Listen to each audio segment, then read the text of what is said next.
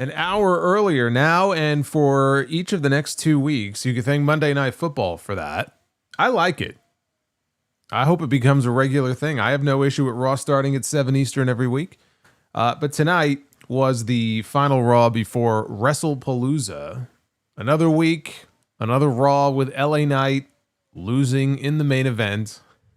Lost track at this point of how many times that may. It's nice that he's in the main event, but he keeps losing all of these matches. And tonight, to change things up a little bit, they had him and Jimmy Uso as tag team partners. But it was another LA Knight Vision main event. And this is becoming just a recurring theme here on this show every single week. So Jimmy was his tag team partner this time. At least this time it was Jimmy who ate the pin and not LA Knight. I don't know how many more combinations of this that we can get. I really don't. Tonight it was LA Knight and Jimmy Uso against Braun Breaker and Bronson Reed, but we've gotten so many different combinations of singles and tags. You know, it's hard to keep track. It all just sort of runs together. It's like a blur after a while. But last week, Jey Uso dropped him with a spear. They've been really building these issues between Jey Uso and LA Knight. Tonight, LA Knight got his revenge on Jey Uso by dropping him with a BFT to end the show. LA Knight has no match at Wrestlepalooza this weekend. Jey Uso does. Jey Uso and Jimmy are reuniting. They're going to be taking on who else? Braun Breaker and Bronson Reed. And I think it stands to reason that there's a decent chance anyway that we could end up seeing LA Knight on that show. So that story is continuing. We had John Cena on the show tonight. He is Raw exclusive now going forward until the end of this year. He didn't really do much. This was the last real hard sell. At least from Cena, because again, he's not supposed to be on SmackDown. So the last real hard sell for the main event coming up on Saturday between John Cena and Brock Lesnar. And we have yet to get the two of them in the ring together for any sort of back and forth on the microphone. You know, what we've had is Brock Lesnar laying him out, ambushing him, dropping him with F5s. We had Brock on SmackDown Friday night. That segment turned out to be a complete waste of time. So Cena came out tonight, and Cena did what Cena does. He came out, and he gave the classic John Cena babyface rah-rah speech. And that is the last bit of build for our big main event of Wrestlepalooza this weekend. CM Punk, AJ Lee, Seth Rollins, Becky Lynch, they're going to be having a mixed tag team match at Wrestlepalooza. Really, if you think about attractions on that show, Cena, Lesnar, one last time, Brock's return to the ring. They're building that as one major attraction. The other big attraction is this match here. The return of AJ Lee to the ring for the first time in over 10 years. So we had all four of them in the ring tonight for one last face-off to build to that tag match. We had more drama on the show with Io Sky and Asuka as they continue to go back and forth with each other and just they're not on the same page. And Io, of course, is the one who has a big championship match coming up this weekend, not Asuka. Although Asuka wanted to be there. Asuka will not be there now.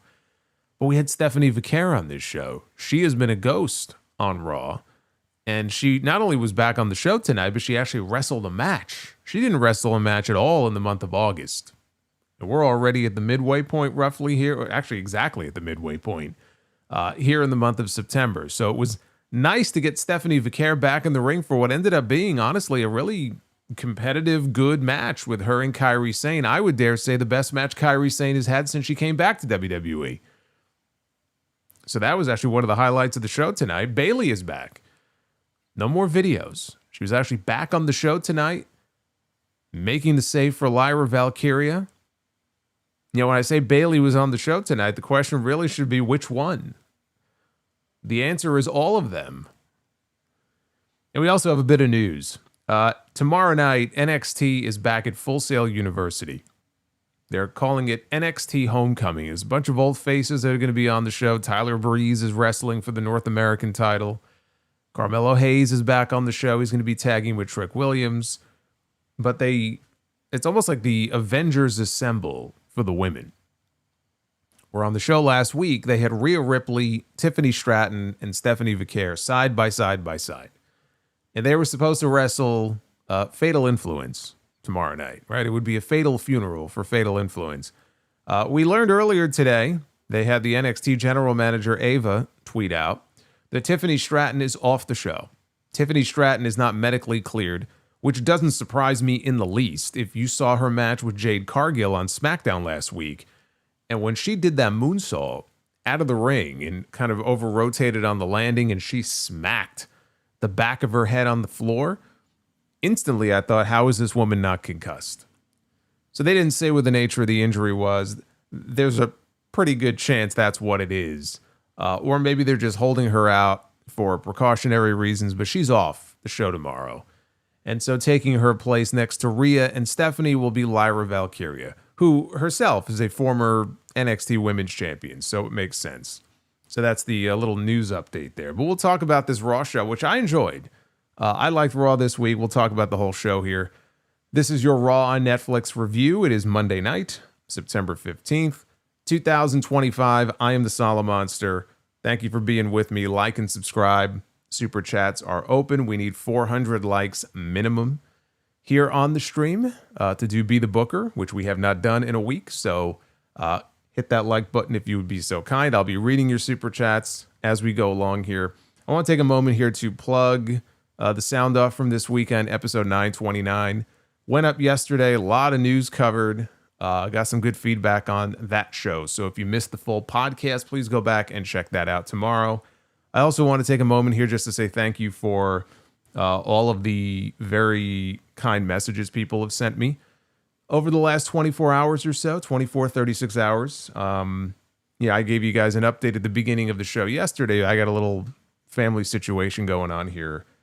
This whole weekend has just been a bit of a shit show. But just to kind of sum it up, a very close family member had a very bad accident this weekend. Was rushed to the hospital, is still in the hospital, had to undergo a very serious, very long 12-hour operation. And it went as well as can be expected, but by no means is she out of the woods yet. So I'm still trying to keep up with updates. I got my phone on here, just trying to figure out, what's going on and trying to stay on top of things. But it's just a very bad situation right now. So I've had that on my mind. So it was good to just take my mind off things for a couple of hours yesterday with the podcast. And so hopefully you guys enjoyed the show. But thank you for all of the kind messages. I very much appreciate it. And I'll keep you guys posted on what's going on. But yeah, we're just sort of in this weird period of just not knowing how this is all going to turn out.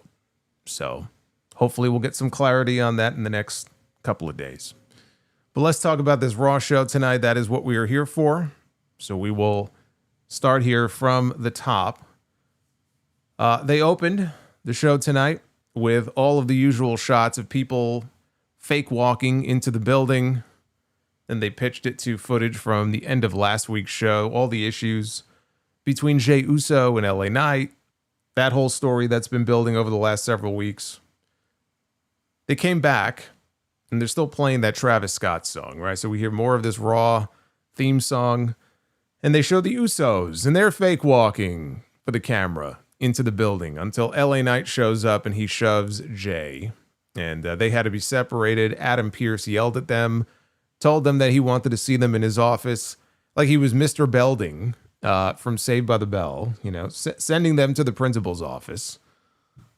So that's how we started the show. Now the crowd, you could hear the crowd, and the crowd was already loudly chanting for John Cena. They were in Springfield, Massachusetts tonight. So I don't know how far West Newbury is from Springfield, but they were in his home state. Obviously, very pro John Cena crowd.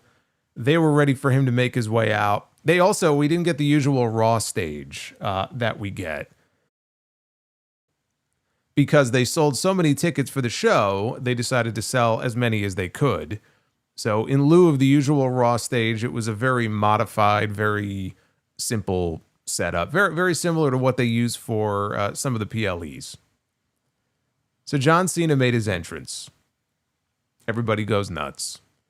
He comes down to the ring, and he points at the ring announcer outside, Alicia Taylor, and she gives him the usual big introduction as the greatest of all time, the last real champion, Cena then recalled playing football over at Springfield College. He said that he played offensive line, so he never made the newspaper. He said that as an offensive lineman, you get your ass kicked, and then you come back the next day and you get your ass kicked again. He said that he had teammates in the venue tonight. He also had a niece, Ashlyn, who could not be there for her birthday, but he wished her a very happy birthday and said that he would see her later in the week. Dawn says 2 hours from Springfield to West Newbury. So there you go. Not exactly close, but close enough. So he said he's got a pretty tall hill to climb this weekend. The last real champion is a phrase that means a lot to him. And on Saturday, Brock Lesnar wants to end it. So the fans started a "fuck you Lesnar" chant, which Netflix censored. Cena said, "Netflix, they're saying talk to Lesnar. Talk to Lesnar." So that's what he was going to do. He'll talk to him. He said he's had matches with Brock before, some of the toughest challenges that he's ever faced. Why didn't he say no when Lesnar challenged him? The fans at this point start chanting, "Whoop his ass, whoop his ass." And Cena says if he says no, he could keep his health.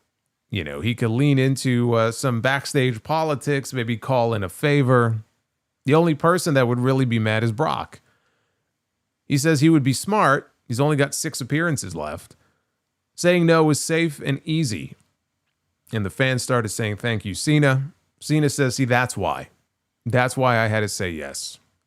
In all of his days here, he fought all of his battles in the ring. Being the last real champion is leaving this place better than he found it. Someone who doesn't take his ball and go home and conducts himself with hustle, loyalty, and respect. And he asked, am I afraid of Brock Lesnar? He says, "Yes, I am." He says, "Could I fail?" He says, "Yes, I could." "Will I back down? Will I give up?" "Hell no." So we will take the fight to the beast because that is what we do.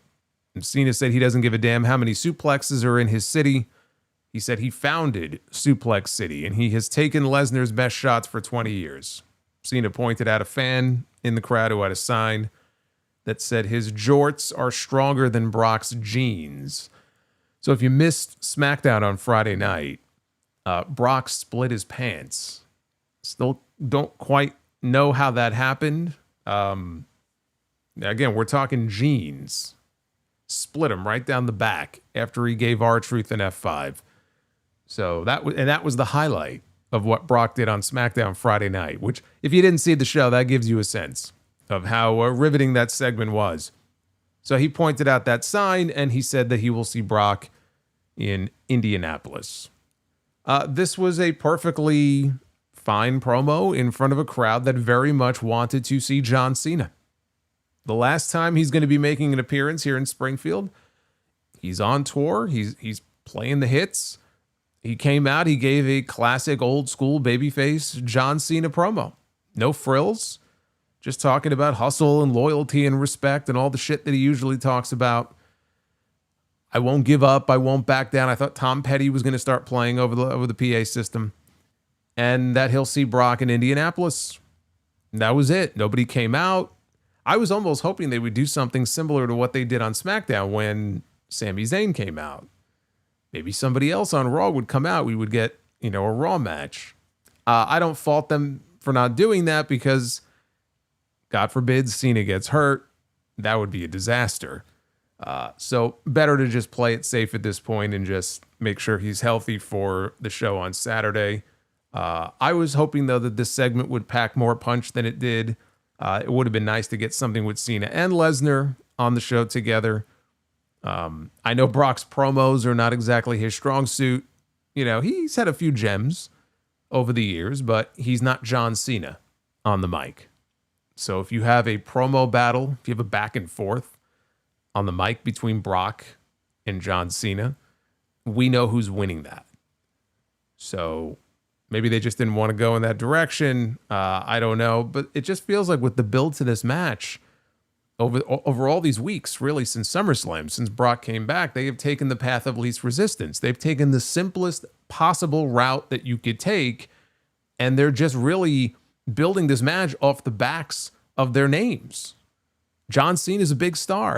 Every John Cena match is, leading up to his last match, every John Cena match is supposed to be a big deal. Brock is back, and it's his first match in over 2 years, so the match sells itself. And to some extent, that's true, but it would have been nice to get a little bit more than just the bare bones. And that's what they gave us. They coasted along, and they gave us the bare bones. So there's really not much else to say about what was said here. Cena did what he could, to get the crowd amped up for the match on Sunday. And that's your main event. They went bare bones for the main event of this show. They also mentioned that Cena is going for his 100th PLE win with this match with Brock. He will not set the record. The record is The Undertaker. He's got 107. Cena doesn't have enough matches left, but he could get to 100 with a win over Brock this weekend. Yeah, phoning it in. I mean, that's what it is. They phoned in the build to this match. However, the match itself turns out on Saturday, and I actually think it could end up being a really good match, or maybe more of a spectacle than a match, is irrelevant. They phoned it in. That's exactly what they did. They phoned it in. I think the most ridiculous part was on Friday when Brock showed up. And the whole premise of the segment with R-Truth was, have you seen John? Where's John? And Truth was like, he's not here. I haven't seen him.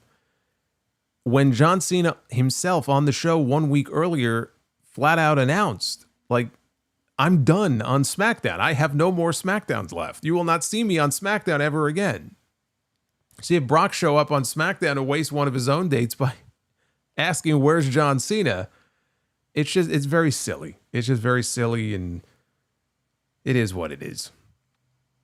Now, Adam Pearce was inside his office with Jey Uso and LA Knight.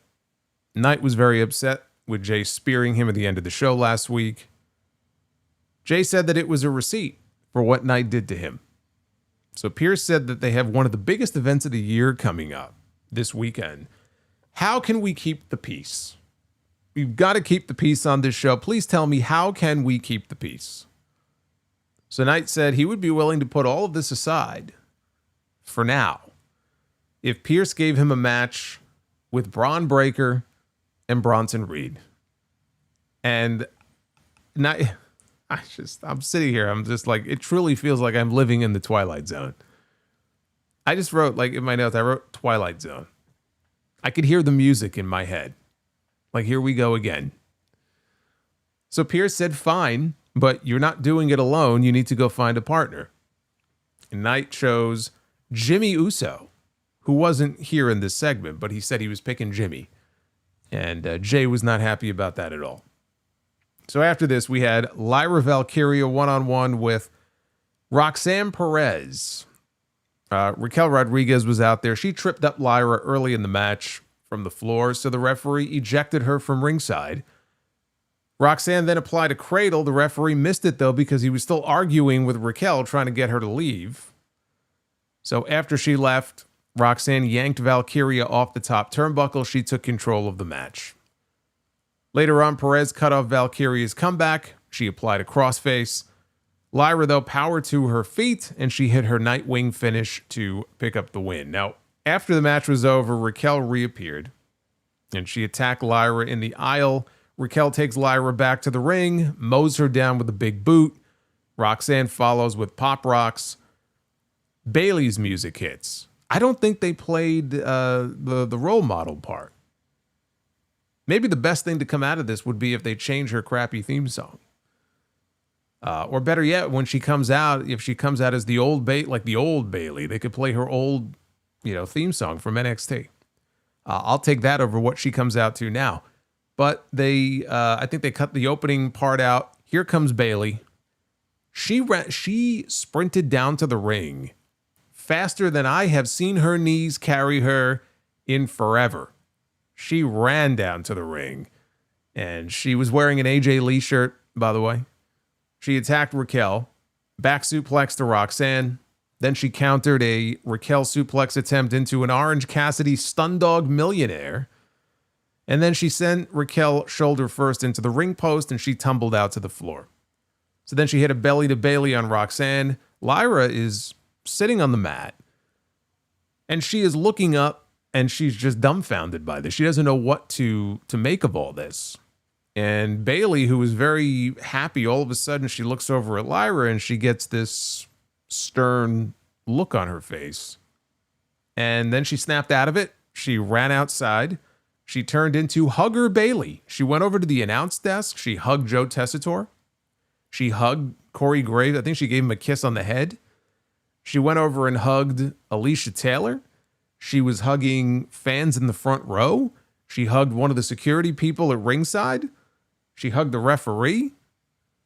And then she ran to the back, and Lyra was just confused by the entire thing.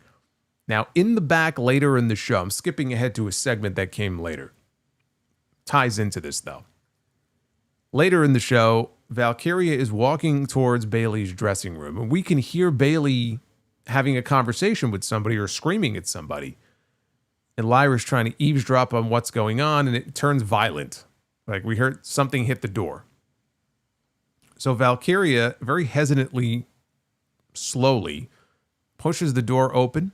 She walks in, and she finds Bayley is just sitting on the couch with her phone in her hand, scrolling through her phone, as if everything we just heard never even happened. So she's still nervous, and Lyra just wanted to thank her for the assist earlier.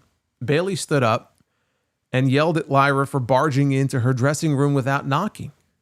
What if I was in the middle of changing? What if I had company here? She thanked Lyra for showing her that idiots still exist, and then yelled at her to stay out of her locker room. Okay. So split personality it is. It seemed to be going that way, but now we know for sure that's the direction this story is going. It's what I said several weeks ago. After that very first video aired, in one of these reviews, I said, you know what would be cool? If you can have Bayley come out on the same show as a babyface, like in one segment, but then later in the show, in another segment, she's a heel. You know, she's like Hugger Bayley, all nice and everything in one segment, and a complete bitch later in the show in another segment. And I think that's the direction that they're taking this story, where she's going to go back and forth. It's interesting to see how they're going to handle it. It's the most interested I've been in a story with Bayley probably in years, right? It all depends on how it plays out. It is very over the top. I'm not saying it's not goofy. It is goofy, but I hope they don't play it off in a goofy way, if that makes sense. I do think that there's a more serious way, more sinister way that you can play this off. I do think that in the end, she'll probably be more of a heel than anything else, or she'll go heel out of this. But Lyra was just terrified by all this. She didn't know whether to make heads or tails about the whole thing. But at least now we're moving this story forward, and we'll see. I mean, again, I'm interested to see what direction they take this in. Is Bayley going to show up one week to the old Hugger Bayley theme song with, pigtails and everything and really take it old school? Because if that's the case, I think that she should show up as a surprise on the NXT Homecoming show tomorrow. Unannounced. Hit her music, let her come out and start hugging people. How do you not have Bayley on the NXT Homecoming show, right? She should be there. I don't know if she will be, but seems like a perfect opportunity to dust off the old music and the old gimmick and have her show up tomorrow. They could have some fun with this. Now, backstage, Adam Pearce met with Io Sky and Stephanie Vicaire. We were supposed to get a contract signing on the show last week. Stephanie was not on the show last week, so she was thankfully back tonight. And he made their Women's World Championship match official for Wrestlepalooza. They each wished each other luck. Asuka and Kyrie Sain show up. And Asuka got in Stephanie's face and told her that she wasn't ready for Io. Stephanie told her to get out of her face. So Asuka made like she was about to make a match with her and Stephanie, but instead she said, tonight you will face Kyrie. And this was news to Kyrie Sain. She was not prepared for this, but she said, okay, I'm ready. Yeah, she was squaring up like she was ready to go. And Asuka giggled as she left, and then, of course, off camera, yelled for Kyrie. This is turned into like a meme now. It is one of the funnier parts of the show now every week when she does that, and then Kyrie just very sheepishly, slinks off. Elsewhere, LA Knight met with Jimmy Uso, made the pitch You're going to be my tag team partner tonight. Jimmy didn't think it was a good idea for them to team up. Knight said that he could trust Jimmy. After what happened last week, Jimmy said Knight is putting him in a very difficult spot. And he politely declined, telling him that he's going to have to find another partner. And I'll be honest with you, at this point, I thought that maybe John Cena was going to be the partner. Because when that segment was over at the beginning of the show, I still was left feeling like that's it. You know, you hyped up John Cena was going to be on the show. He cut a very basic promo, and really? He's not going to come out again for the rest of the night?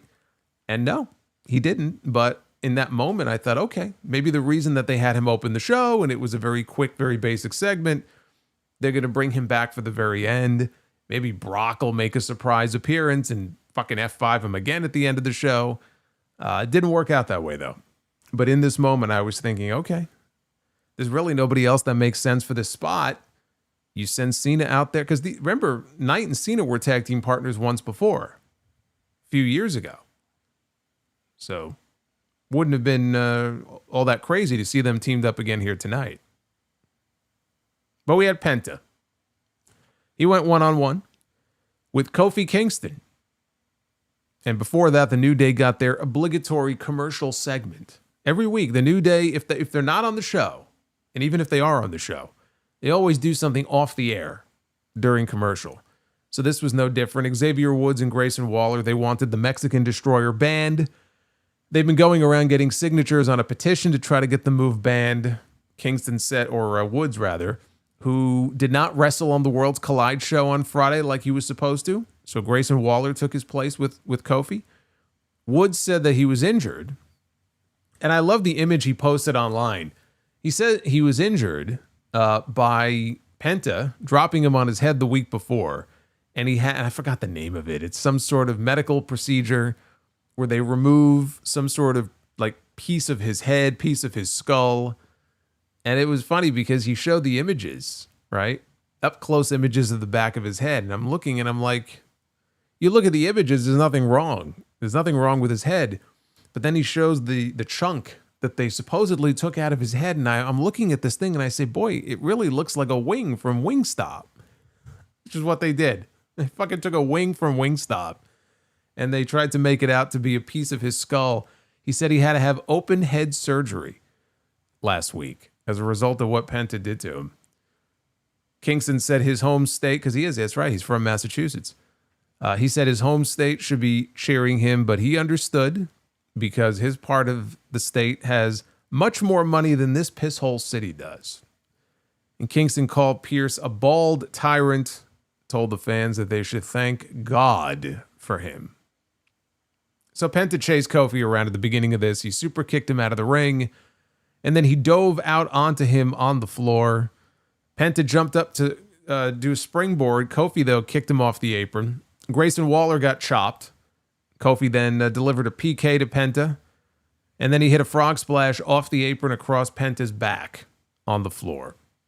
That took us into a commercial. Late in the match, the Penta driver got blocked. Kofi ripped at the mask, and he hit an SOS for 2. Penta was setting up for the Mexican Destroyer late when Woods got up on the apron.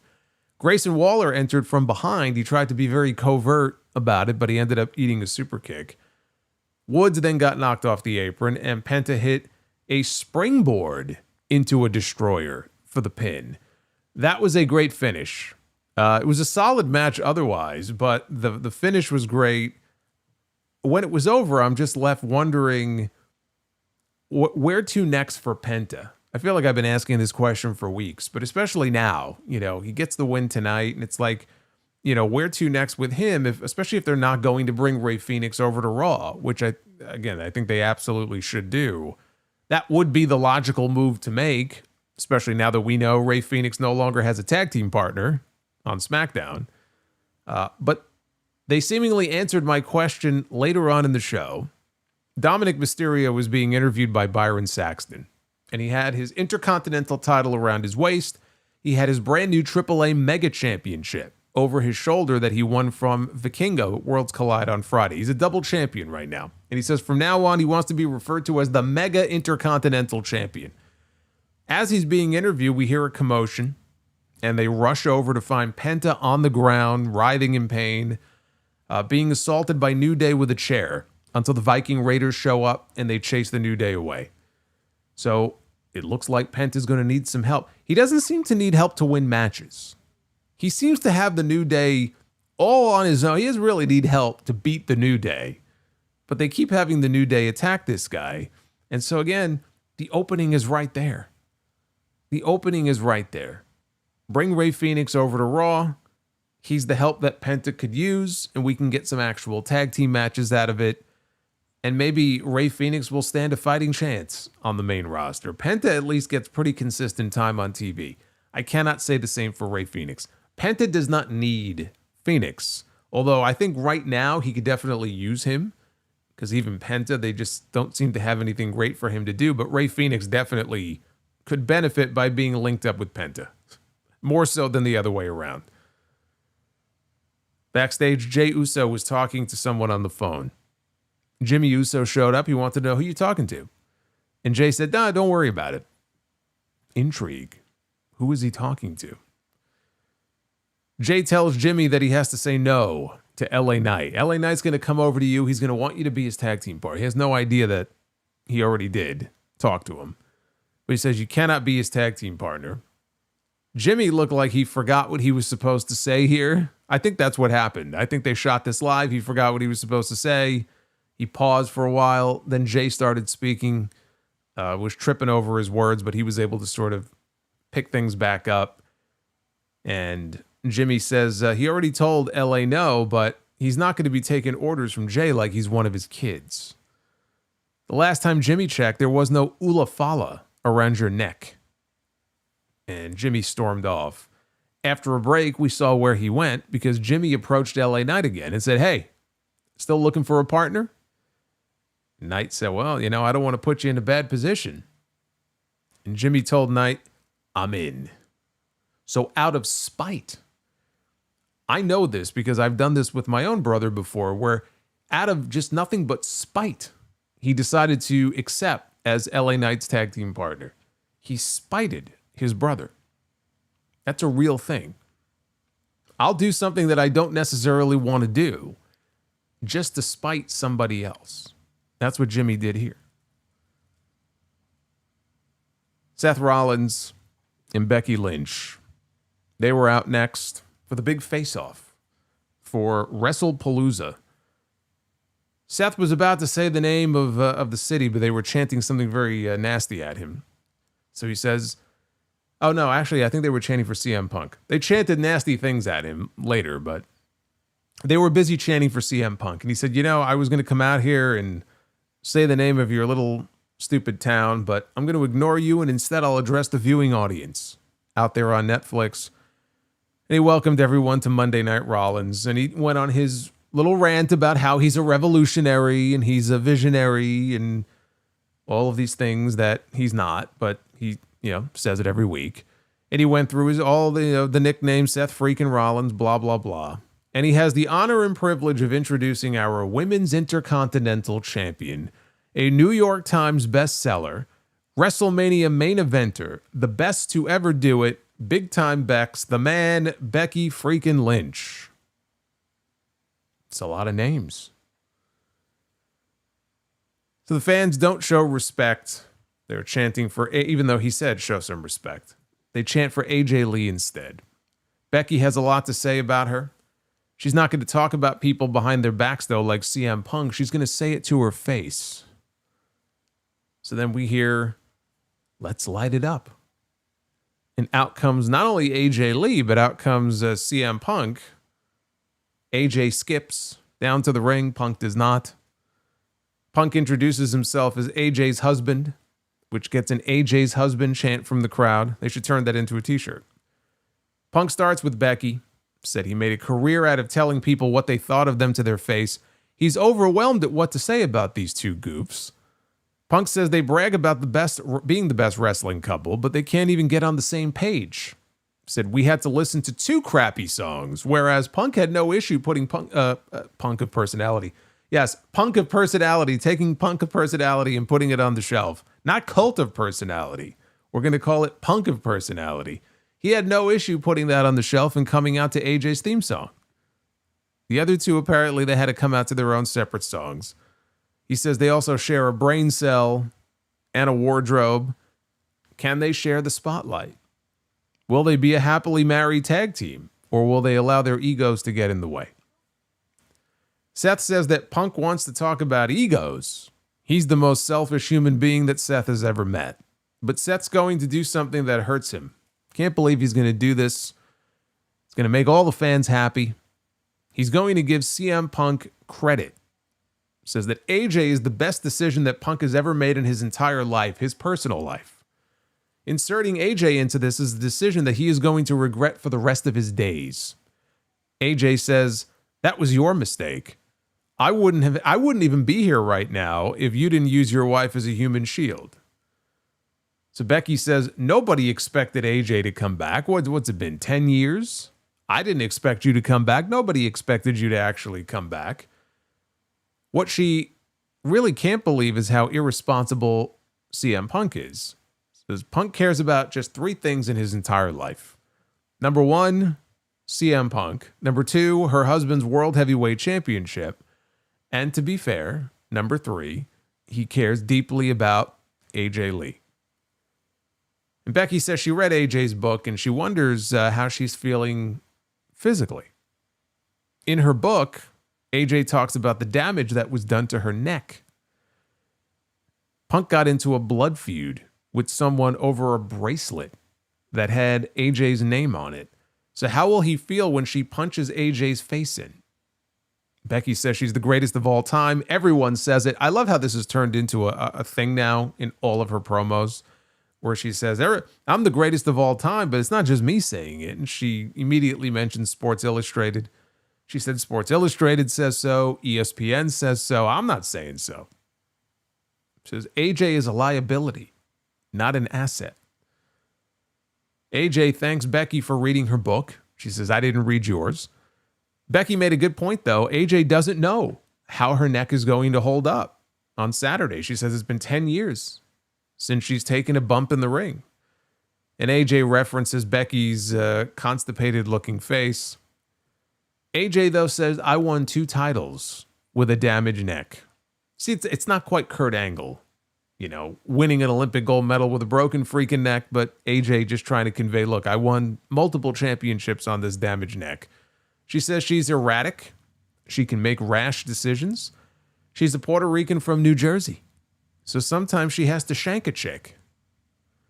Seth says that he might not be able to predict AJ, but he can read Punk like a book.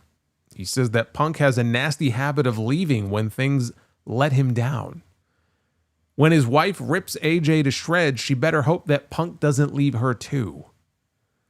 And at that point, that was too much for AJ. She slapped Seth across the face. Seth says he never puts his hands on a lady, but thankfully he has someone who will. So stealing Punk's line from the other week. And he was waiting and he was looking back and motioning for Becky to do something. And Becky just looked like she was pissed at him. Like, wait, what?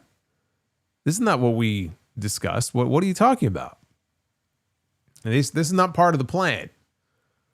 And they start arguing and Becky leaves the ring. And Seth is looking outside and as Becky is going to leave, he's yelling down at her and telling her to come back. So Seth turns to Punk and pie faces him. This actually came off very badly because he pie faces Punk, right? And Punk hates this man, right? They're supposed to hate each other. He puts his hands on him. He pie faces the guy. And then he goes to leave the ring. And it's not like, he was out of the ring instantly. Punk could have gone at him. He could have charged at him. He could have grabbed him. He just lets him leave the ring. It just made him look so foolish. So Punk follows him out of the ring, but he allows him to exit the ring. And then he follows him out of the ring. But it was all a setup because in the ring, what AJ doesn't see is that Becky sneaks back into the ring behind her and plants her with a manhandle slam. Actually, one of the better looking manhandle slams that Becky has ever done. That's the benefit of doing it to somebody as tiny as AJ. It looks devastating. So Punk gets back in the ring. Becky is right up in his face. She's laughing. He can't do anything about it. She smacks him. Again, he can't retaliate. Those are the rules in WWE. You're not allowed. So all he can do is just stand there and just look at her, and Becky exits the ring, and Seth and Becky taunt them both from the aisleway. That was a long recap of the segment, if it felt that way, because it was a long segment. It was overly long. It definitely started to drag, probably around the midway point, honestly. This did not need to go as long as it did, but I thought it was an effective way of setting up AJ's neck as a potential point of weakness in the tag team match, which is the first time they have brought up her neck issues on TV. I brought it up on the podcast a few weeks ago. That's why I was surprised when I heard that not only was she back, but she was back with a full-time multi-year contract. Full-time being the key words, because it was only 2 or 3 years ago that AJ was doing interviews where she said that the reason that we will never see her back in the ring at all is because of her neck. She did have some very bad neck issues when she left in 2015. And by taking all those years, I don't know if she ever had surgery, but she took all that time off. She said, you'll never see me back in the ring because I was lucky enough. I was fortunate enough to get out before those problems got really bad. And it's just not something I want to risk. And she said, even to this day, like she still gets numbness down her arms, into her hands. So that's a real thing. It's not a storyline injury. But that was one of the reasons why I was surprised. I said, ooh, full time. I said, that's interesting. So, yeah, I mean, look, I thought it was an effective segment. It is one of the big 2 attractions on the show this weekend. It really is all about Lesnar, Cena, and this match here. There's some other big matches on the card, but these are the 2 really big ones. And there's going to be the natural curiosity about how AJ looks in the ring in an actual match. I think, the smart thing to do would be to actually have Punk in the ring taking most of the beating to build to the hot tag to AJ. And try to limit the amount of time that she spends in the ring. But if you're going to put her in the ring, there's really nobody better for her to be in the ring with than someone like Becky. Becky is obviously one of the top stars in that entire division. She's been there for a while. She knows what she's doing. She's had some great matches this year. So, as far as her output, she's still one of the best that they have in the women's division. Punk and Rollins, I mean, they've worked together so many times this year. At this point, you know what you're going to get from the 2 of them. But this is all about AJ, and now they're incorporating the neck into the story of the match, which I think is smart. I think that makes sense. So after this, we had Dragon Lee against El Grande Americano. Dragon attacks right away, right out of the gate with a shotgun dropkick. And then Lee vaults onto Americano's shoulders. Americano, though, hits a TKO on the way down for 2. How very appropriate. I wonder how much they charge for that move. So Lee Rana's Americano from the apron all the way down to the floor. Americano lies he gets up, he's laying now on like the top part of the announce desk. And in the ring, Dragon Lee is getting ready to fly. And so he hits the ropes, he comes off, and he flies through the ropes like an incoming missile right onto Americano. That takes us into a commercial break. Americano was going for the mask as they came back. Lee hit a German suplex. We got an exchange of chops here between these 2 men as somewhere in Calgary, Alberta, another small little piece of Bret Hart's soul withers away. There's a Liger bomb by Dragon Lee that only got 2. Americano got crotched on the top rope, ended up in a tree of woe.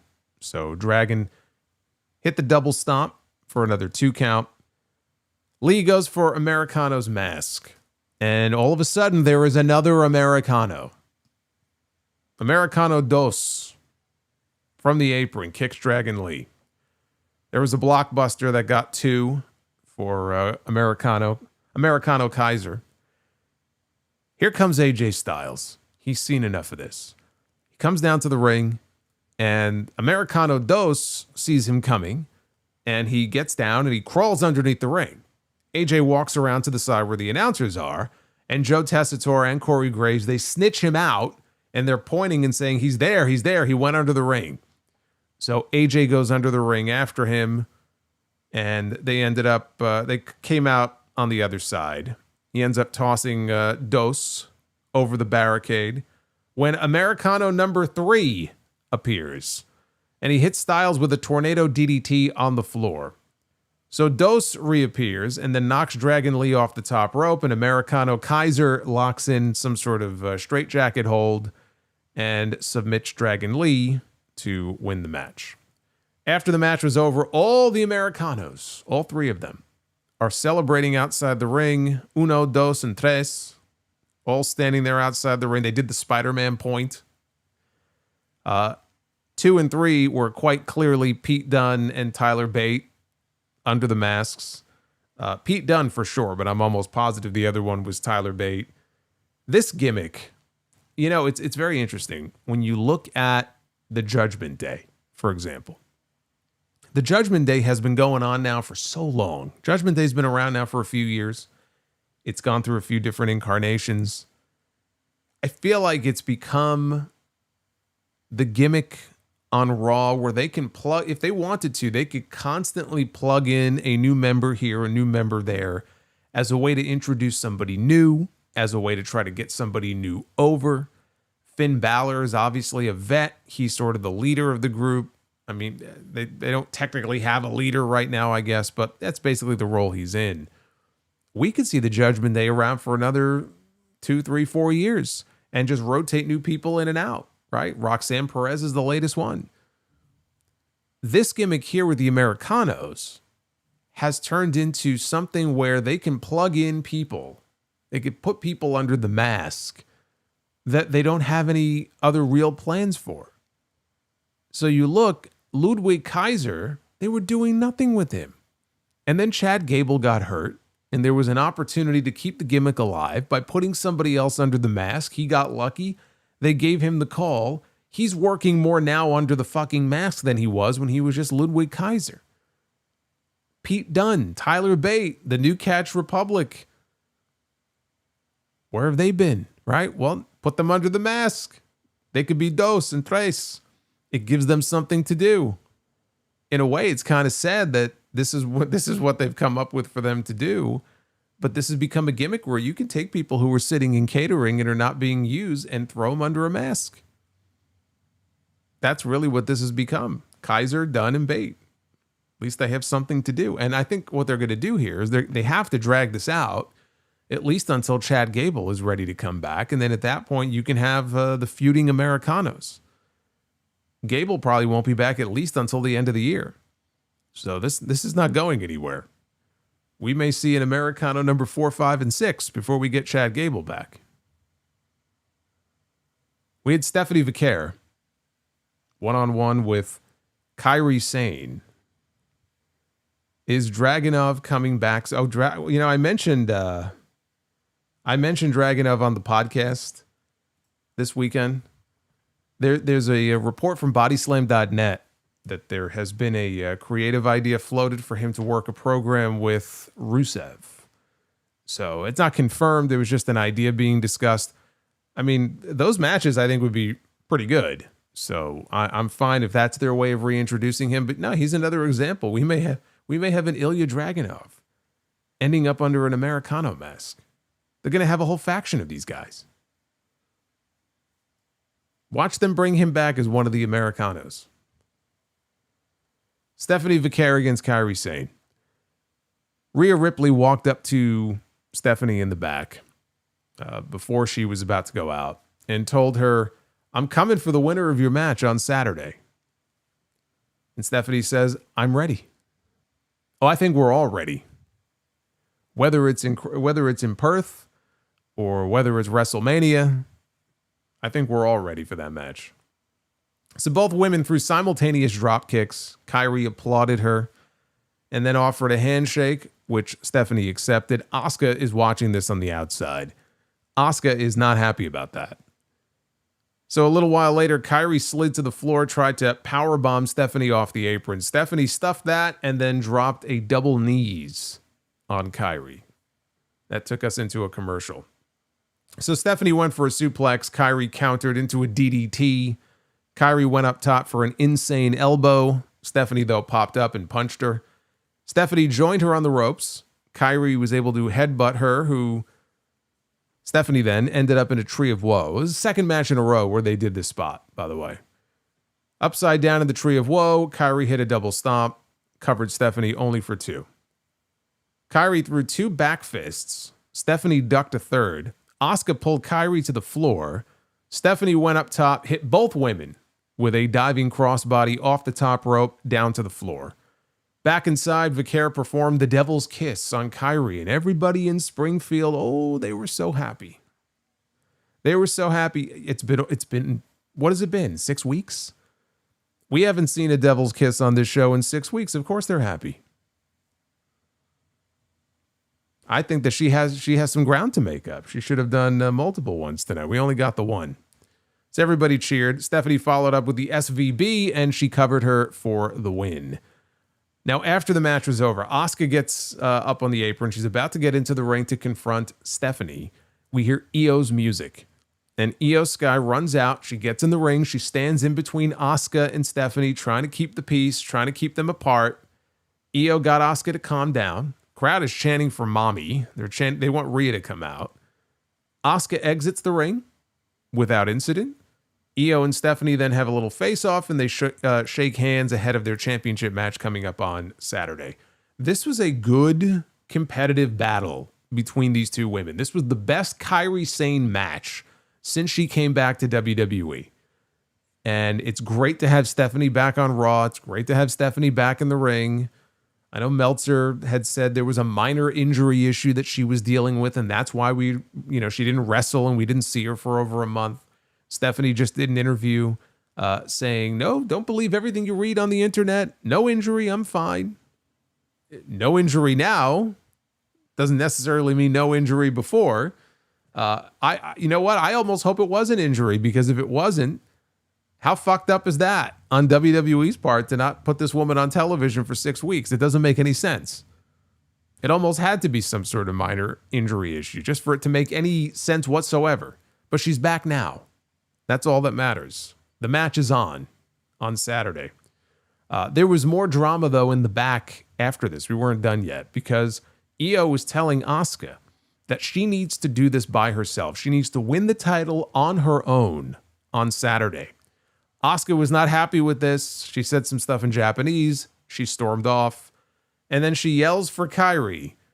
And Kyrie has to just drag her just broken body from the match that she just had. She looks like she's in so much pain, and she slinks off to go join Asuka. As far as this match at Wrestlepalooza, I talked about this on the sound off. I'm still sticking with Io Sky for the win. I think that she's going to regain the women's championship. This is a 50-50 match. This really is as 50-50 as you can get for a match on this Wrestlepalooza card. It really could go either way. Now, if Asuka stays out of it, right? Because Asuka says she was going to be there. Now Io said, I don't want you there. I don't need you there. And Asuka said, okay, and she stormed off. So let's assume Asuka will not be there. Asuka will not get involved. There will be no shenanigans here in this match. That if she stays out of the match and Io loses, right? That's only going to infuriate Asuka that much more. To build to the eventual Io-Asuka feud and the eventual Io-Asuka match, which we all know is coming at some point, right? If she goes out there and loses and doesn't win the championship, because Io says she had to do it on her own and she failed. You see, you're a loser. I could have helped you. You didn't want my help and you went out there and you lost. You failed. But here's one of the reasons why I'm sticking with Io, and I've said Io this entire time, and I think Io should win. Rhea Ripley is a central figure in this story. Rhea Ripley is going to meet the winner for the championship, right? We already know that. So if Io was to lose, then we get Rhea and Stephanie probably at Crown Jewel, and that's a big match. But Rhea is still part of this other story. She doesn't stop being part of the Asuka and the Io stuff. She's really the entire reason for there being any sort of animosity now between Io and Asuka. She's still part of that story. It makes more sense for Io to win the championship. Rhea can still be, as you build to Rio and Ia. Did I just say Rhea and Ia? Did I say Rio and Ia? Rhea and Io, as you build to Rhea and Io, there you go. That's easy for me to say. In October, she's still part of the story. So story-wise, creatively speaking, it makes more sense for Io to win this match.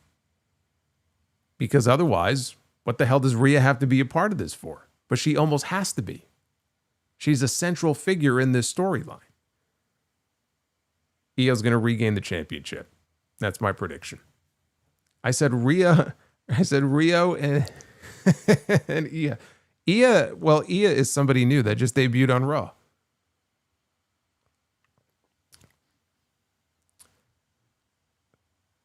Rio Sky sounds like a dope name. Yeah, Rio Sky is her evil twin.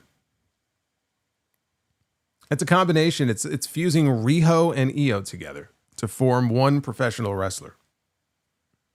We do, by the way, we do have on the same day this weekend, we have Io and Riho. They have matches just on two different shows. Elsewhere, in the Judgment Day Clubhouse, the group is toasting in celebration of Dirty Dom's big win at Worlds Collide on Friday. Finn Balor is the only one who seems very unhappy. He says maybe we should pump the brakes on the victory lap. He points out that Raquel and Roxanne, they had a rough night tonight. Raquel takes offense to this and says, we'll take care of Lyra and Bailey. Finn then yells at Dom for still palling around with El Grande Americano. And JD McDonough says, yeah, we need to know, like, what does he expect in return for all of this help that he's providing you? Because Americano played a direct role in him winning that mega title from Vikingo on Friday. And Dom says, well, maybe Americano just wants my respect because I'm the king of the luchadors. He says, is that so crazy? And Finn says it is. And don't expect our help next time. And then he storms off. Dom tells Roxanne and Raquel, don't worry about it.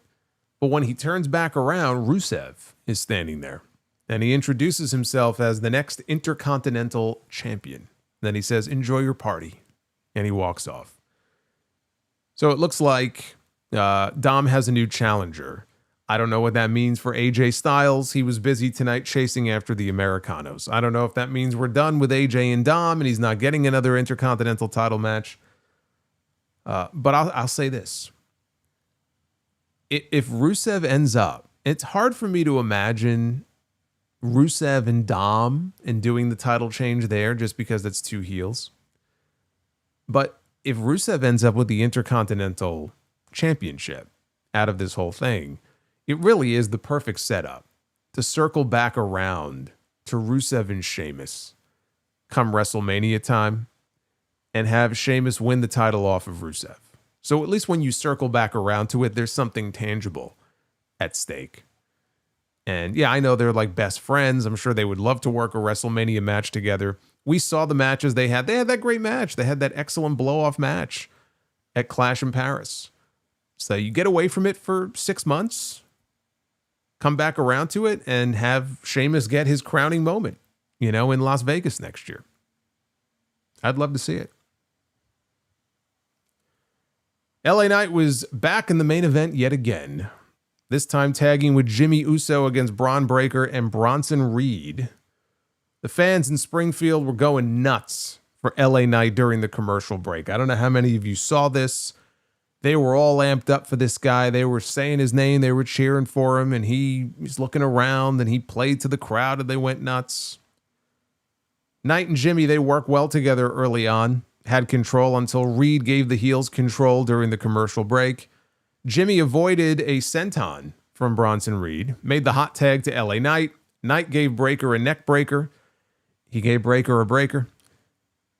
Turned his attention to Reed. That allowed Breaker to cut him off with a knee strike. Reed tagged in. Knight avoided a jagged edge, which is his Death Valley driver.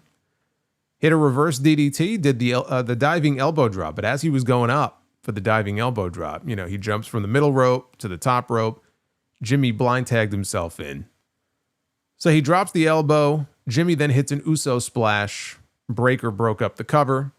Knight clothesline Breaker out of the ring. Jimmy hit Reed with the suicide dive. He went for another one. Reed, though, caught him with a forearm strike before he could fly. Knight attacked Reed, sent him back into the ring. Jimmy then hit Bronson with a super kick and a spear. As Jimmy went up top, Breaker ran right over LA Knight on the floor outside. Just bowled him over with a shoulder tackle, leaping shoulder tackle. Breaker went for Jimmy. He got up on the apron. He went for Jimmy. Jimmy kicked him off the apron, but that little distraction right there allowed Bronson Reed to grab Jimmy on his shoulders and drop him with the jagged edge for the win. Braun Breaker, Bronson Reed victorious here in this main event. They have now established the jagged edge as another finisher for Bronson Reed to use. He's now used it to beat LA Knight and Jimmy Uso in, I believe, consecutive matches here. I've no issue with that. Save the tsunami splash for those occasions where he's going to win with it. So it's like one of those moves where when you get hit with it, you're not kicking out. That's number one. Number two, you could also just save it for those special angles where you want to write somebody off TV and just have him go up top and hit 2 or 3 of them or 4 of them and squash somebody and they disappear. But now he's got 2 finishing maneuvers instead of 1. I think that's a good thing. I think it's good to have some variety in your arsenal. Breaker speared Jimmy when the match was over, and Reed was actually about to go up to hit the tsunami splash. They hit Jay's music. He ran out with a chair. And then Breaker, he did the thing, which he never learns from, where he sees somebody is running out with a weapon, and he's got to leave the ring to go chase after them. And then they end up catching him in the aisle and hitting him with a chair. And that's exactly what happened here. Jay went to go hit Reed with the chair in the ring. Reed swatted it out of his hands. He ended up getting blasted with the chair anyway, and he got sent packing. So as Jay goes to tend to his brother in the corner, we see LA Knight in the background behind him slide back into the ring, and the chair is laying there. And LA Knight grabs the chair, and he's making like he's inching his way towards Jay. Jay doesn't know he's behind him. And Jay finally turns around. He sees him. Knight stops in his tracks, and they lock eyes, and we got a bit of a face-off here. You know, what's he going to do? So Knight throws the chair away. Jay then extends his hand. And Knight is a little hesitant at first, but he accepts. But then as soon as Jay turns his back and turns back towards Jimmy, Knight spins him around, kicks him in the gut, and drops him with the BFT as payback for what Jay did to him last week. And Knight, actually, if you watch Knight, when he left the ring, he looked over at Jimmy, who's like, what the hell are you doing? And he thanked Jimmy. Yeah, thanked him for being his partner as he left. The match itself was fine. Knight getting his revenge made sense. He had to. But he has been taking a lot of losses here in these matches, and it hasn't affected his popularity. But he just takes loss after loss after loss in these matches. It's not a bad angle with him and Jay. It gets Jay out of the world title picture, which I'm grateful for. You know, he had his run. I don't need to see him challenging for the World Heavyweight Championship anymore. This puts him at like one level just below that, but he's still in the main event. I mean, look, he's still part of these main event angles on the show almost every single week, but he's also had, you know, he's got a bit of an attitude now. He's not just coming through the crowd and doing the yeet. And so I don't mind the angle itself, you know, and building up tension here between two baby faces like what they've been doing. I just wish that there was more variety with these matches. Every single week, it's like I'm watching a rerun. If you put this show on every week and you watch these main events, it feels like you are watching them on repeat. I just wish we can get some more variety here. Will Knight factor into the tag match at Wrestlepalooza between the Usos and the Vision? I believe he will. I like the show this week. The great crowd in Springfield helped. It was a very lively crowd. Clearly, they had a lot of people there. I think it was maybe like 7,500, but that was maxed out for that building. That's why we had the different setup this week. The closing angle was fine outside of the redundancy of the actual matches. Stephanie and Kyrie, I thought they had a good one. So did Dragon Lee and Americano. All the matches really on this show were at least solid. The Punk, AJ, Becky, Seth segment, it dragged on a little too long. I thought it was a fine little bit of final hype for the big tag team match of Wrestlepalooza. Bayley is back. She's forwarding her story with Lyra. And the crowd got the John Cena appearance that they wanted. It just felt empty not having Brock Lesnar on the show. You know, even just for a brief run-in or some kind of appearance, it was just very basic stuff. And like I said at the beginning, it was very silly how you had Brock on television on Friday looking for Cena, even though Cena had told us he wasn't going to be there. And then him doing comedy with R-Truth. It's like, again, phoning it in.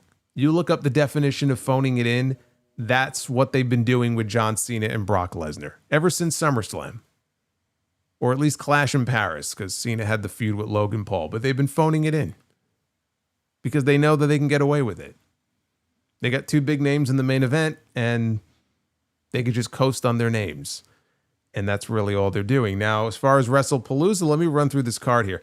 Wrestlepalooza is this Saturday. It is 7 Eastern start time. Going to be on the ESPN Unlimited app. And because they rushed this deal, they still have not made a deal with YouTube TV. They have not made a deal with YouTube TV to carry this service, and they have not made a deal yet with Comcast to carry this service, among other services as well. Those aren't the only two. I happen to have one of these two, so I do not have access for free to the ESPN Unlimited app, which means I will be watching via VPN and Netflix. That is how I will be watching Wrestlepalooza this weekend. So it's still just a 5-match card. Here's the card. Usos against Braun Breaker and Bronson Reed. Io Sky and Stephanie Vaquer to crown a brand new women's world champion. CM Punk and AJ Lee take on Seth Rollins and Becky Lynch. Cody Rhodes defends the WWE Championship against Drew McIntyre. And John Cena takes on Brock Lesnar. I think there's room to add one more match. I don't know if they will or not. If they do, I guess we'll find out on Friday. But I don't know why this can't be at least a 6-match card. I wouldn't even do more than that. I think 6 is fine. Right now it's 5. If you want to know my full predictions, I went through all of them, match by match, on the Sound Off this weekend, episode 929. So go back and check that out. What did you think of Raw? From Springfield, Massachusetts, we've got 69.7% thumbs up. For tonight's show, 30.3% thumbs down. At Solomonster is where you can follow and vote in the poll. JP says, if I buy ESPN, it is for the NBA. Well, you got access to a bunch of other sports stuff. It's not just WWE, obviously. But because this deal was not supposed to start until next year. I think March or April. I think with WrestleMania. So because they had to rush this, they still haven't made these deals with so many of these different services. Like, it's crazy. And it's not going to happen unless they do something in the next 4 days. So you either pay the $30 or you find other means to watch the show. You do what you got to do. Ben says, how do we... Well, look, Stephanie McMahon told you. You don't have to take my word for it. Stephanie McMahon told you. Just use a VPN, but don't use her VPN. Use ExpressVPN. I got my deal. You don't need Stephanie's deal. I got you linked up in the description down below. Telling you, it'll be the best decision you ever make. I was using it tonight. At this point, I basically use it to watch all the WWE shows. I'm using it on SmackDown now on USA because I just couldn't stand all the SmackDown breaks. It's what you have to do. Start with dried chicken. What was the reason for rushing it? They wanted to start on there as soon as possible, but they had hit their quota of PLEs with Peacock because they had added the extra night to WrestleMania in the last few years, and then they added Evolution this year. So they had a certain number, a certain benchmark that they had to meet, and so once they did, they were able to just get an early start to the ESPN deal. I think they had to get permission possibly from Peacock to do it, but that's how they were able to do it earlier. We're at 363, by the way, on the likes, so 400 is the number if we are going to do Be the Booker tonight. Let's go back here and we'll start with dried chicken. starting us out. I feel like Andrade's departure in WWE is an alarming sign for anyone who wants to sign with WWE. Also, I do believe it's time for WWE to shake up the main roster. They could certainly use a shakeup. I actually ran through all the key names on the podcast this weekend that are on the Raw side, if you include John Cena now. And there's definitely an imbalance between the two rosters in favor of Raw. Seth Rollins should hit the pedigree on Punk. Punk should also do a Pepsi plunge on Seth Rollins. CM Punk at 48 years old going to do a Pepsi plunge? Yeah, that sounds like a terrible idea. From Terrible Dried Chicken.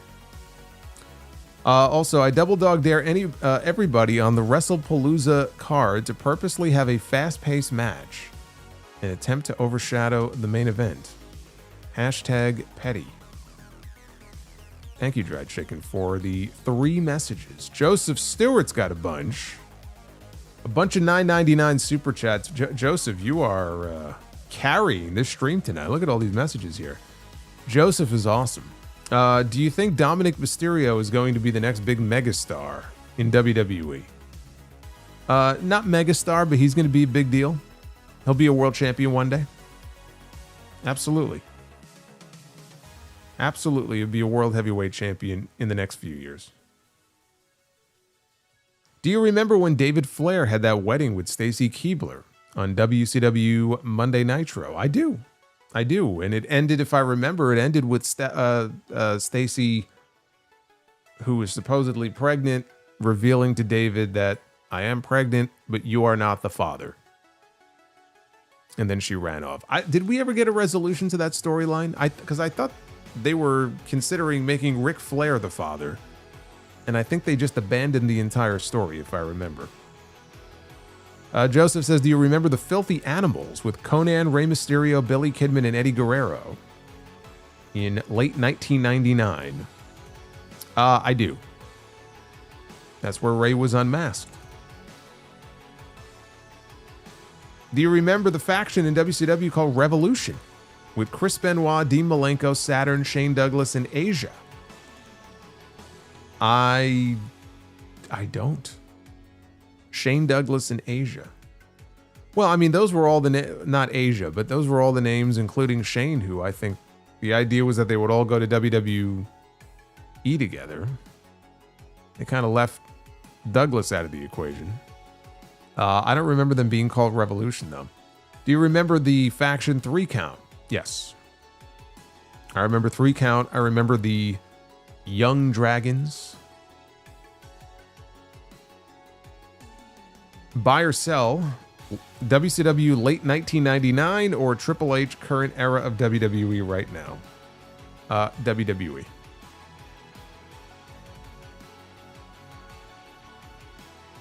Dried Chicken says, CM Punk and AJ Lee's bad idea number 22 for Seth and Becky. Punk and AJ will use baseball bats and throw a cinder block at Rollins and Becky's getaway car.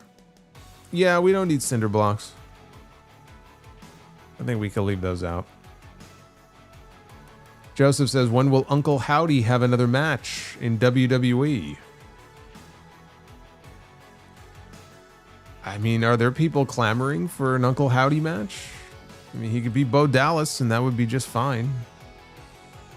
I don't know how many people are clamoring for the next Uncle Howdy match. Do you think both Dominic Mysterio and Liv Morgan could fit in the Elite with Hangman, Kenny Omega, and the Young Bucks? Sure. I think those two together can make anything work.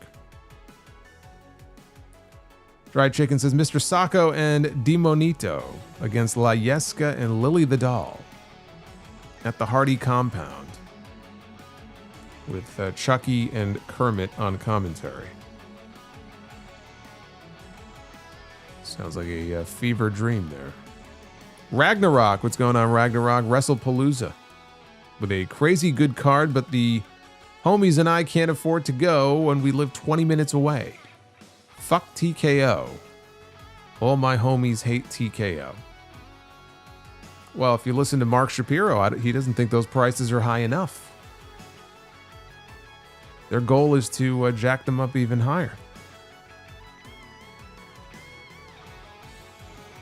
Dried Chicken, when it comes to wrestling match cards for both WWE and AEW, WWE is like a Chick-fil-A menu. AEW is like a random local burger joint menu. Hey, local burger joints are actually quite good. I don't know if that's supposed to be a knock on AEW or not, but local burger joints are actually pretty good. The Real CS, thank you for the $20 super chat. Is it safe to assume that the only reason why Dragon Lee has been consistently featured on TV is due to AAA? I find it interesting that prior he couldn't buy himself TV time. Well, that absolutely has a lot to do with it, for sure. Yeah, I mean, he basically had his head on the side of a milk carton, as they used to say, because nobody could find where this guy was. I think somewhere along the way, he and his wife maybe had another kid, but it doesn't really account for all that time that we didn't see him on TV. So yes, it is safe to say that that is the main reason why. Victor, buy or sell Bret Hart 1994 or Kurt Angle 2003? I actually like that match a lot. Give me 94 Bret against 03 Kurt, but I'm going to buy on 94 Bret. Jeremy Watley, firstly, I'm sending thoughts your way. Thank you, brother. Says, thank you for answering my random super chat 2 years ago at 4 a.m. German time, driving my buddy to Frankfurt Airport. Oh, you're very welcome. 4 a.m. German time would have been what time here? How far ahead are you? 4 hours, maybe? 5 hours? C's says, was this the best Kyrie has looked in a while? Yes. I said I think that's her best match on the main roster since she came back to the company.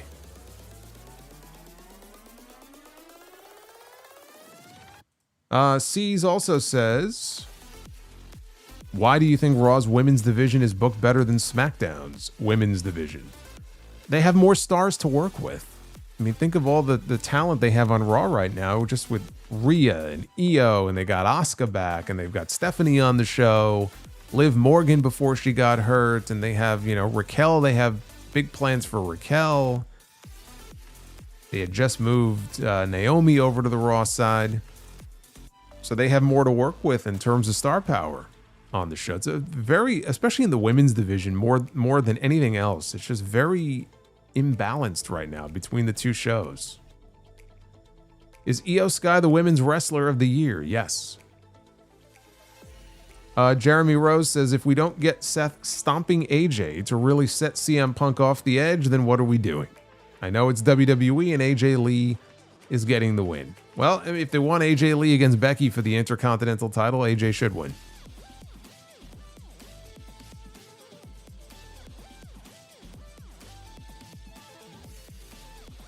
Jeremy also says, I'm so sick of TKO. Well, I mean, join the club here. There's a lot of people who feel the same way. Eventually, they are selling to Saudi. I wish somehow the McMahon kids could buy WWE back and save us fans from this corporate greed BS. As if the McMahons are not all about corporate greed. Come on now.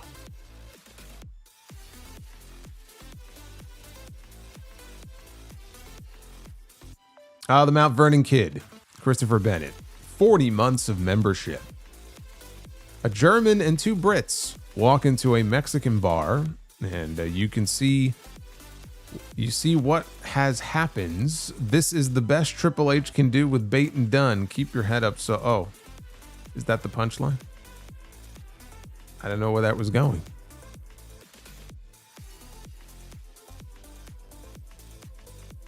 Hey, we got nothing better for these guys. Let's put them under a mask and we'll make them luchadors. The Sheltered Kid spent $2 to let you know I'm praying for you, my friend. Well, I appreciate that. That means a lot. Thank you. Retro KOH with 30 months of membership. Flashing that badge. Says a thank you for the hard work. Despite recent troubles, we appreciate you. I appreciate you too. You're with me pretty much every one of these streams. I'm happy to have you. By the way, I didn't mention this earlier, but just the other day uploaded episode 14 of the Sound Off from 2008. So we're going way back in the Wayback Machine. If you are a Legends tier member on YouTube, you have access to all the badges and the emojis and early access to special features, but you also have the retro, the lost episodes, which are not found anywhere else. Episode 14 just went up the other day, and there is more to come. So if you want the first 14 episodes of the Sound Off that I ever did, get on that Legends tier, check it out. It's funny to go back in time and see what was going on in the world of wrestling back then.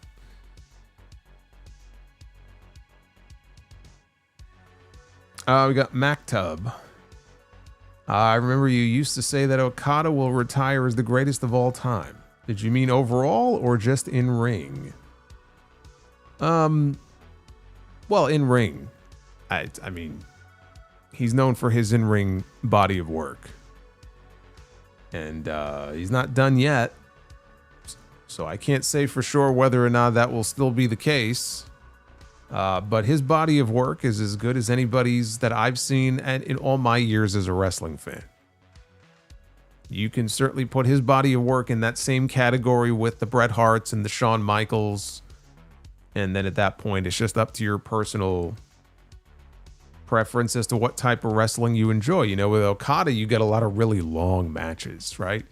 And they build slowly, and then they build to a certain climax there near the end. They had a certain formula to them. But he's had so many great matches, and he had so many of them at such a young age, you know, so early in his career. I would take his body of work and put it up against almost anybody's. When all is said and done, is he going to be the greatest of all time? Well, everyone has their own greatest of all time. He's in the conversation. Let's see here. H seems insecure around built charismatic stars like Orton, Drew, LA Theory, but feels safer pushing or posing with Jay and Zayn. Second reign of terror. Or you could look at it a different way and say that the names that are established, given that they're already established, he's trying to elevate names like Jay and Zayn to that level. And it may work, it may not work. I don't fault anyone for trying to elevate certain people to that level. That should be the goal. Does Austin have any points over Hogan in GOAT Talk? Sure. I don't think that at his peak, for that short period of time, anybody was as white hot as Steve Austin. That includes Hogan. Hogan had the longevity, though. So, Bret Hart, on the 18th and 19th of September, we celebrate our independence in Chile. If Stephanie loses so close to those dates, the country's morale will collapse. I mean, the whole country could collapse. It could be an absolute calamity over there. Civil war will break out. It's terrible. I still think Io should win.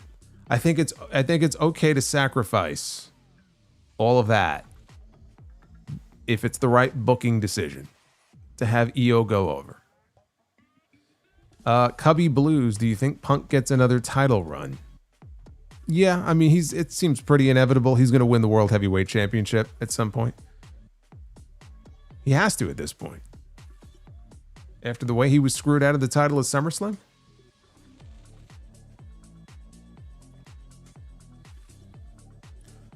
Donovan Payne. Hey, Solomonster, not sure if you've covered this topic before, but what is your favorite match from Lucha Underground? Grave Consequences between Rey Fenix and, who was it? Mil Muertes.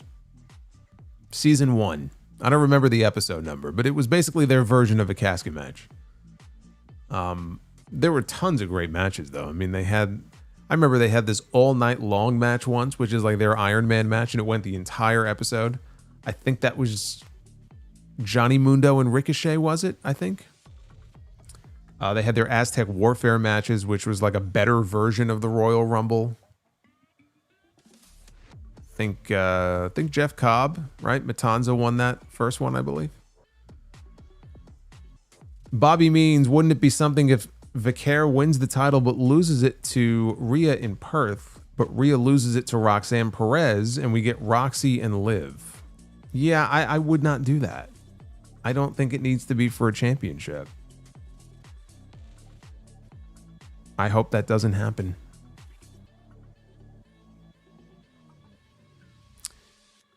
And Cameron Spencer, what are your thoughts on people laughing at Psycho Stu for getting beat up by Raja Jackson?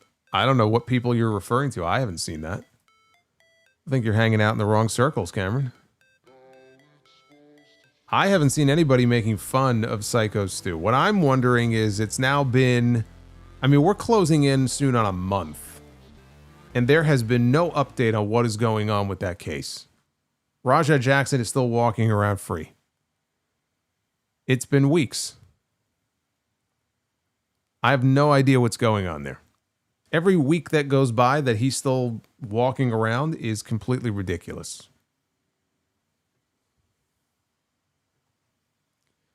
Dry Chicken says there's one way John Cena can beat Brock Lesnar. He pulls out the paint gun and blasts his balls.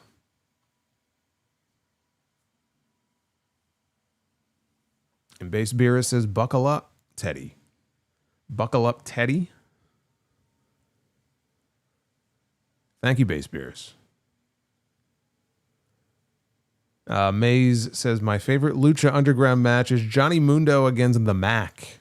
All night low. Man, the Mac. Forgot about the Mac. I miss Lucha Underground. Again, it was my first introduction to people like Penta and Phoenix, Sammy Guevara. I knew of Ricochet. I tell you what, I do miss Prince Puma, though. Prince Puma was a good character for him. All right, so we are currently at 412 likes. So with that in mind, we will go ahead and cycle up. It is time to be the booker. Ladies and gentlemen, it is now time to be the booker. It is time.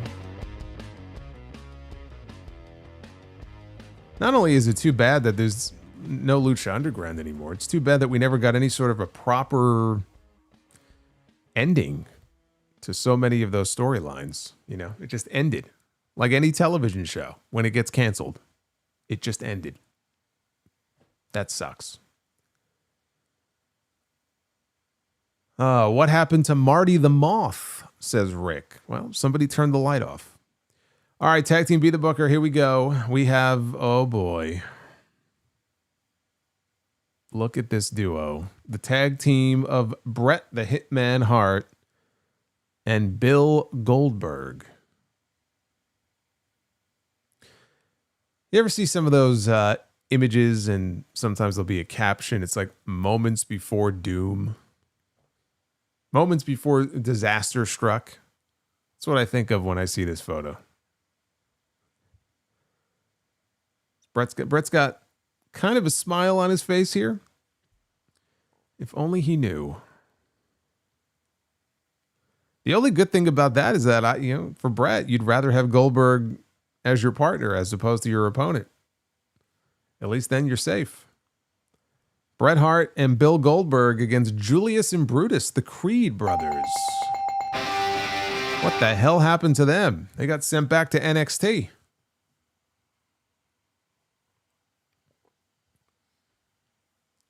Yeah, I mean, it's not like we have tag team titles on Raw or anything, right? We got nothing for them to do. We'll send them back. Great stuff. All right, the women's match. We've got Naomi Former women's champion Naomi. This is a feel the glow, Naomi. This is not proceed with caution, Naomi.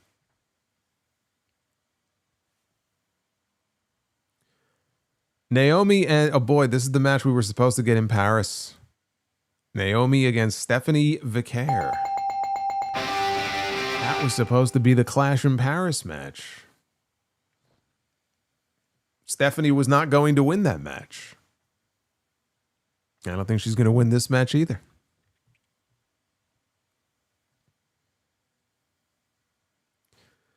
And now our main event. And in our main event is Dax Harwood. And the great segment they had on Dynamite last week to promote FTR against Cope and Christian was to have this man go out to the ring in the old ECW arena and just try picking a fight with fans and beating up a cameraman. I know that got me all psyched up for that big tag team match this weekend. Well, it's not a tag team match. He's a tag team wrestler, but he's in the main event. So we got to book an opponent for him. Softwood, says Hunter. Softwood against who? Against Kevin Owens. Well, you know, at least you know you're going to get a really good wrestling match out of it. Dax Harwood against Kevin Owens. Both former NXT alum. We got ourselves a clean sweep here in our first Be the Booker in a week. That's what I like to see. Good stuff. Base Beer says, what's your favorite Danny DeVito role? I know my brother would say It's Always Sunny in Philadelphia, but I don't watch that show. You know, I really liked him in Twins with Arnold Schwarzenegger. I mean, you know, I could say Oscar Cobblepot in Batman, you know, but I wasn't really a fan of that.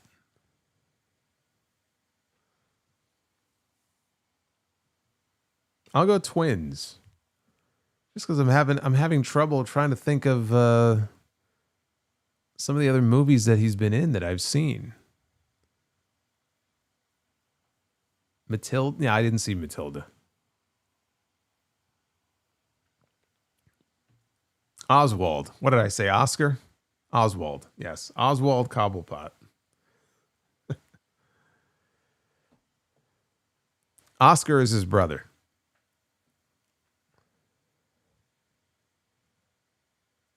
Well, yes, of course. He was in Taxi, but we're talking about movies. Actually, no, he said, what's your favorite Danny DeVito role? I guess, you know what, we could say Taxi. Taxi was still kind of before my time, though. I mean, I was aware of it. I saw some episodes. It was still a little before my time.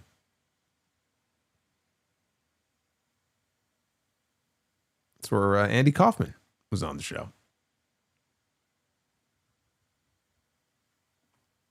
Matilda. Why do people keep saying Matilda? No Matilda.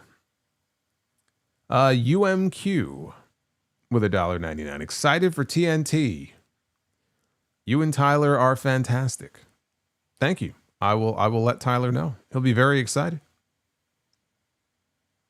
Whoever he is.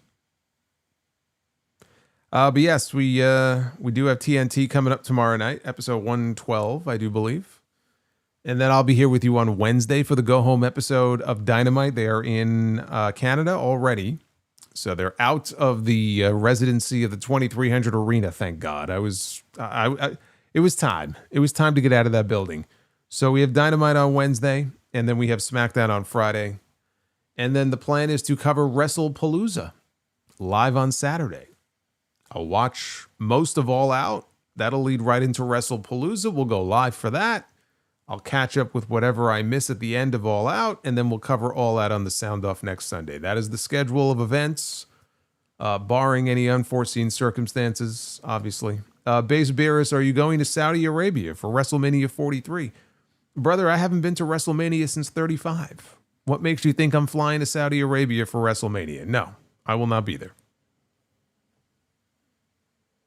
But if you're going, enjoy. I will not be there. How long were they at the 2300? They were there for 3 weeks. That's long enough. And I didn't even mind it so much, but like after 3 weeks, it's time to move on. It's time to get into a bit of a bigger venue. Thank you for all the super chats, those who supported tonight. I do appreciate it. And again, thank you for all the nice comments. My mind is still kind of going back and forth on different things. I don't know what this week is going to hold. Hopefully some positive updates, but I will keep you guys posted if things change as far as the schedule, but we should have normal schedule this week. A lot of content coming your way. Keep supporting. Hit that like button on your way out. Daniel Malcolm says, LOL. Tyler from New York, 206. I'm sure there is a Tyler out there in New York somewhere. I'm sure he's a fine person. Probably can't host a show worth a shit, but wherever Tyler may be, I hope he's doing well. You'll see Tyler on NXT tomorrow night. If you're watching Homecoming, which you won't be because you'll be watching TNT. But if you do watch NXT, Tyler Breeze, wrestling for the North American Championship tomorrow night.